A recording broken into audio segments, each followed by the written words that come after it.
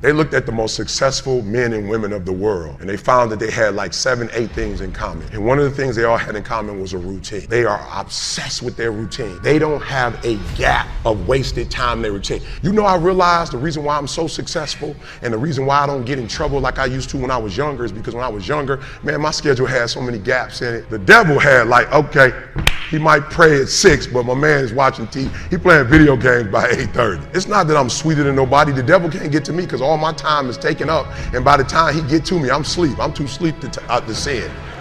I'm just being real. 8:30, he like, Eric, you should. I'm like, bro, I'm tired. Come back to me tomorrow. You know what I'm saying? Like, tip me tomorrow, bro. I'm about to go to sleep. I'm good. I'm just tired right now. He's like, but no, you want to? I'm like, I don't want to do that. I'm tired. But let's try tomorrow morning. Right, I'm being real. I get up at 8 o'clock in the morning. I'm sure he there like, I'm 3 o'clock in the morning. I'm sure he there like, yo, E, go back to sleep. Listen to me, I promise y'all. I got up the other day like at 3 o'clock in the morning, and I woke up and I was just walking around like, I was like, I'm so tired. I heard the devil say, go back to sleep. I was like, yeah, you're right. I should go back to sleep. You know what I'm saying? I ain't gonna lie. I was like, bro, you on to something. You know what I'm saying? He's like, why you getting up this early? You already number one in the world. You already number one in the world, E. You already doing what you're supposed to be doing. Like, E, you've been grinding, just go ahead, it's 3. And my body said, yo, E, what would you go back to sleep for? I said, I'm tired. My body said, you're not tired. I said, well, why would you say I'm not tired? He said, because you woke up without an alarm clock. You woke yourself up. So if you were tired, your body wouldn't let you get up. If you were tired, your body would make you sleep till 6. You got up, it's 3. No, what you don't want to do is the grind, but you're up. So do me a favor, Eric, you don't even have to do anything. You don't even have to work. You've been getting up at 3 so early in the morning, don't even worry about it. Just put your shoes on, and when you get on the treadmill, it's just gonna do it for you because you've been doing it every day for 3 o'clock in the morning. For real. My body said, all you gotta do is put your shoes on. That's the hardest thing you gotta do. Just put your shoes on and I'll do the rest. I can't put your shoes on for you, but put your shoes on and then just go. And I just went. And I was walking do the 11 incline board, and I was just walking for an hour, and I was just like, you know what, it's almost an hour, I don't feel like running. And my body was like, don't even worry about it, we'll get to that when we get to it. I did my hour, was about to get off, my body was like, you know we run now. I said, what? We run now, let's go. You ain't tired? I said, I am tired. No, you're not, you just walked for an hour. You're not tired, Eric. Your brain is telling you some dumb stuff. If you were tired, you wouldn't have been able to walk for an hour. Okay, so let's do this. Just run for 2 minutes. I'm trying to help somebody right now go to a whole other level. The Bible says the reason why you go back to sleep is because you've always gone back to sleep. It's like a default. You go back to sleep because all you gotta do is stop going to sleep, and then you gonna stop going to sleep. All you gotta do is stop fussing and cussing, and you're gonna stop fussing and cussing. All you gotta do is stop spending all the money you got and start saving it. Listen to me, I became number 1 in the world. I became a millionaire not because I made more money. I became a millionaire because they told me millionaires only live off of 30% of their income. I want to make it plain for you. I became a millionaire because I did what millionaires did. I stopped living off 100%. I paid my tithe, and then I was like, all right, E, you only got 20% left.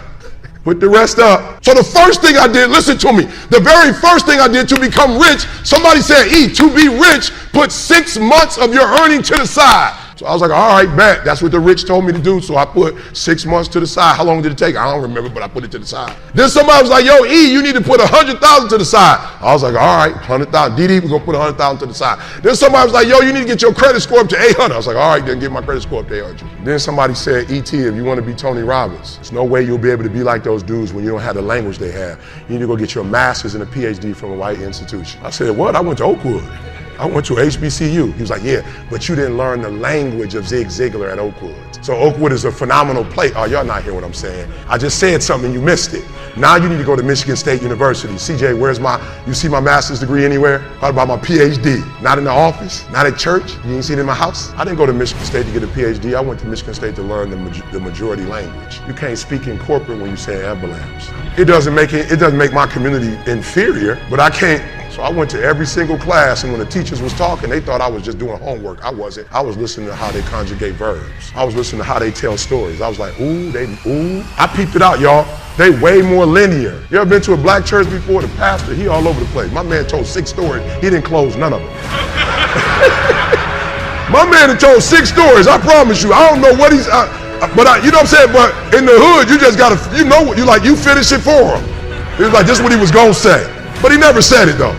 My man started 6 stories. He ain't finished another story. So that I realized when you do corporate, it's A, B, C, D, E, F. It's 1, 2, 3, 4, 5. It's topic, body, body, body. It's topic, support, support, support, conclusion. I didn't go to school. I'm not no kid. I don't need nobody 4.0. I don't need to be affirmed. I don't need your paper on my wall. I need your language though if I'm going to compete.